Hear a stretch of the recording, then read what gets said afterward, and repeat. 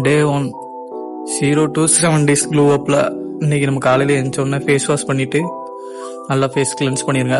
அப்புறம் ட்ரை ஆனதுக்கப்புறம் vitamin C, doctor Russell கூட விட்டமின் சி யூஸ் பண்ணிட்டு நல்லா ஒரு மசாஜ், ஒரு 2 minutesக்கு மசாஜ் பண்ணிடுங்க. என்னோட ஸ்கின் பார்த்தீங்கன்னா டீசோன் காம்பினேஷன் ஸ்கின், ஆயிலாகவும் இருக்கும் ட்ரையாகவும் இருக்கும். சரி, நம்ம இதுக்கப்புறம் தேய்ச்சதுக்கப்புறம் விட்டமின் சி நல்லா ஆனதும் அதுக்கப்புறம் பார்த்தீங்கன்னா ஒரு 2 minutes to 3 minutes வரை அதை ட்ரை பண்ண விடுங்க.